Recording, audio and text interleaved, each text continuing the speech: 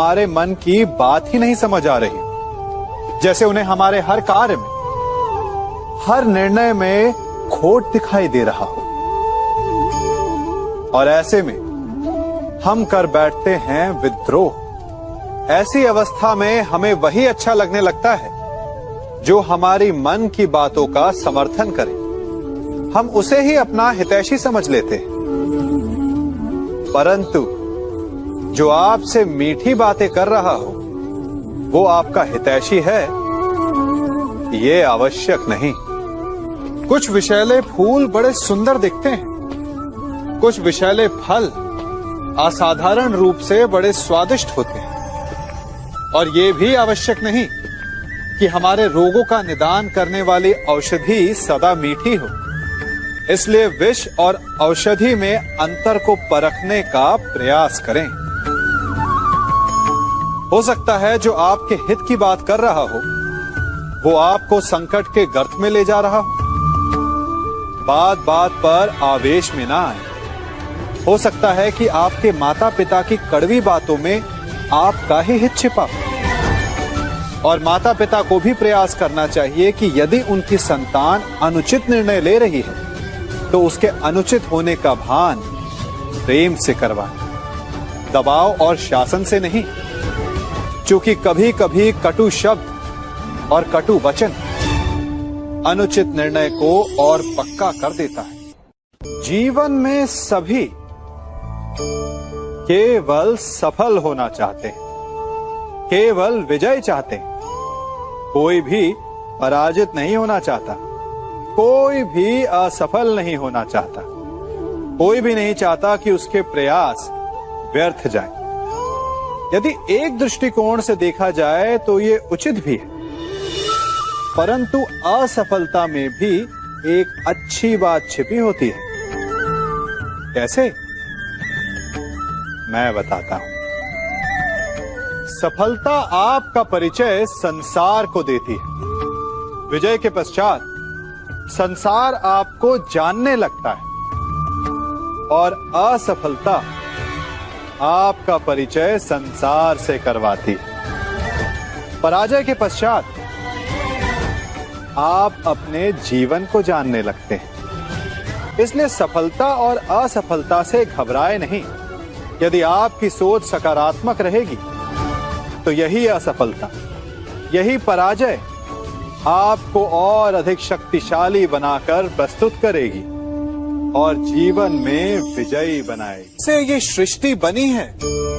नदी की धारा और चट्टान के मध्य सदा संघर्ष रहा है, परंतु हर बार चट्टान की कठोरता को हारना पड़ता है और नदी की धारा कोमल होते हुए भी कठोर चट्टान को काट देती है। कभी सोचा है क्यों चट्टान इतनी कठोर और जल इतना कोमल, चट्टान इतनी दृढ़ और जल इतना लचीला, फिर भी सदा जल कठोर चट्टानों के मध्य से अपना मार्ग बना ही लेती है? कारण केवल एक है और वो है लगातार चलने की क्षमता। जल बढ़ता रहता है, चट्टान अडिग रहती है। इसी कारण जल चट्टान को काटकर मार्ग बना लेता है। इसलिए लगातार चलते रहिए, रुकिए मत, क्योंकि चट्टान जैसी हर समस्या को आप भी जल की तरह काट सकते। हम सब शीघ्र ही सफलता चाहते हैं, ढेर सारी संपत्ति और सुख चाहते हैं। और ऐसे में कई बार हम छोटे मार्गों का चयन कर लेते हैं, वो मार्ग जिनमें परिश्रम नहीं होता, जिनमें होता है तो केवल छल, कुटिलता और भाग्य का सहारा। जैसे कि जुआ। कोई जुए के खेल में धन लगाता है, कोई दांव लगाता है और ये भूल जाता है कि जुआ ऐसा दलदल है कि जिसमें एक बार गिरे तो सर्वनाश से पहले निकलना असंभव है। यदि आप जीते तो और जीतने की भूख बढ़ जाएगी। और यदि आप कुछ हार बैठे तो उसे पुनः पाने के लिए आप फिर से खेलेंगे। मनुष्य को ये आभास ही नहीं होता कि अपनी संपत्ति के साथ साथ वो अपनी मानवता, अपने संस्कार, अपना धर्म और अपना उत्तरदायित्व तक सभी जुए की भेंट चढ़ा देता है। इसलिए कुछ पाना है तो परिश्रम से पाओ। यदि कुछ जुए में जीता तो वो उतना शीघ्र ही खो दोगे, चूंकि उसे परिश्रम से पाया नहीं गया है और उसकी रक्षा करने के लिए आपके मन में स्वाभाविक प्रयास भी नहीं होंगे। हम सभी बचपन से ये सुनते आए हैं कि अच्छे मित्र हमारे जीवन को पूर्णतः परिवर्तित कर सकते हैं, है ना? अच्छे मित्र, परंतु कौन? जिनसे आप प्रश्न पूछें और वो मित्र बिना किसी पक्षपात के, भय रहित होकर, बिना किसी लालच के आपको उचित उत्तर दे। परंतु सबके समक्ष ये समस्या आ जाती है कि आज के समय में ऐसे मित्र मिलना दुर्लभ है, वो तो होते ही नहीं। परंतु मैं आपको एक बात बताता हूं, हम सब के पास एक ऐसा मित्र होता है, बस हम उसे पहचान ही नहीं पाते। वो है दर्पण। दर्पण के समक्ष खड़े होकर आप स्वयं से पूछिए कि यदि आज आपका अंतिम दिन होता तो क्या आप वही करते जो आप कर रहे थे? आपको उत्तर मिले या ना मिले, परंतु आपकी दिशा अवश्य बदले। इसलिए आपसे अतिरिक्त आपका सबसे घनिष्ठ मित्र, सबसे अच्छा मित्र और कोई नहीं। मनुष्य भी बड़ा विचित्र प्राणी है। अपनों से नीचे के स्तर के लोगों को वो हे दृष्टि से देखता है, उनका उपहास उड़ाता है, उनसे बार बार कहता है कि तुम्हारा कुछ नहीं हो सकता, तुम भविष्य में कुछ नहीं कर पाओगे। जब मनुष्य के पास धन, संपत्ति, मान होता है तो वो दूसरों का आदर नहीं करता, परंतु वो एक बात भूल जाता है कि उससे भी अधिक शक्तिशाली कोई अस्तित्व में है, और वो है समय, काल। काल अपना चक्र कब बदलेगा ये कोई नहीं जानता।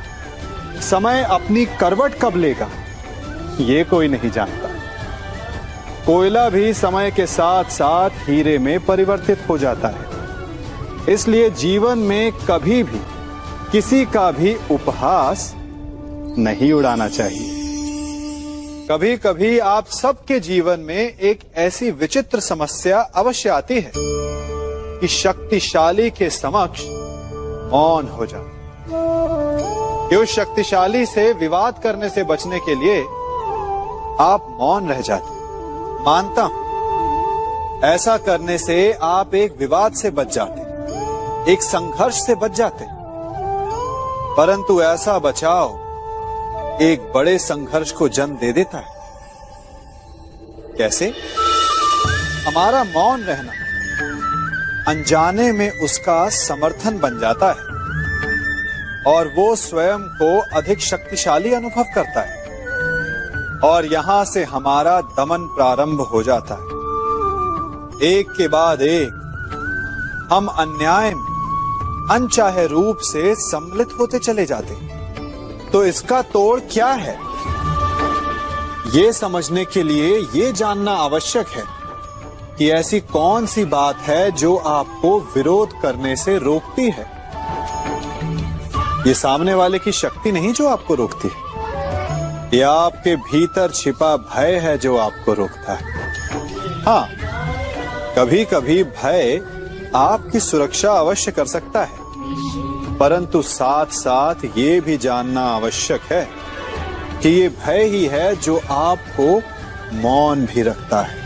इसलिए अपने मन से भय को निकालिए और खुलकर अनीति का, अन्याय का विरोध कीजिए, और फिर देखिएगा आपका मन कितना मुक्त, कितना हल्का अनुभव करेगा। जीवन में सफल कौन नहीं होना चाहता? पद में, प्रतिष्ठा में आकाश जैसी ऊंचाई किसे नहीं चाहिए? स्थिरता में भूमि जैसी दृढ़ता किसे नहीं चाहिए? सभी को चाहिए। परंतु सफलता का पुष्प अपने साथ अहंकार का कांटा भी लाता है। सफलता आपको आनंद देती है, उपलब्धि आपको गर्व देती है, और फिर यही आनंद धीरे धीरे अहंकार में परिवर्तित हो जाता है, फिर अतिक्रमण में और अंततः अन्याय में। और यही से सफलता का नाश प्रारंभ हो जाता है। यदि आप चाहते हैं कि आपकी सफलता लोगों की दृष्टि में सम्मान बनकर रहे, लोगों के मन में शूल बनकर नहीं, तो ये आप वृक्ष से सीखिए। फलों से लदने के पश्चात वो झुक जाता है, उसी प्रकार सफलता मिलने पर विनम्रता अधिक आवश्यक है। और जीवन में अधिक सफलता पाने के लिए या पाने पर और अधिक विनम्र हो जाना चाहिए। कभी आप ब्रह्म मुहूर्त में जगे? जगकर देखिए, संध्या होने के पश्चात जब रात्रि का अंधकार सारे संसार को धीरे धीरे अपने अंधकार में निगलने लगता है, तो यही अंधकार ब्रह्म मुहूर्त में भोर होने से ठीक पूर्व तनिक अधिक काला हो जाता है। कुछ समझे? हमारा जीवन भी कुछ ऐसा ही होता है। जब हमारे जीवन की समस्याएं अपने अंत पर होती है, तो यही समस्याएं एक भीषण रूप लेकर हमारे समक्ष प्रस्तुत हो जाती है, और ऐसे परिस्थिति में अधिकतर लोग हार मान जाते हैं, भय खा जाते हैं। परंतु यदि आप हार न माने, भय ना खाएं, दृढ़ रहें, निरंतर आगे बढ़ते रहें, तो प्रकाश के रूप में हमारा स्वागत करने के लिए सूर्य उदय सदा हमारे समक्ष प्रस्तुत रहेगा। आपने बरगद के वृक्ष को देखा है? जितना विशाल उतना दृढ़। पतझड़ में वो सूख जाते हैं, परंतु दुर्बल नहीं होते, टूट कर गिरते नहीं। और उसके विपरीत दलदल में उपजे वृक्षों को देखिए, वो दिखने में तो बड़े होते हैं, पतझड़ आए या शीत सदा हरे भरे होते हैं,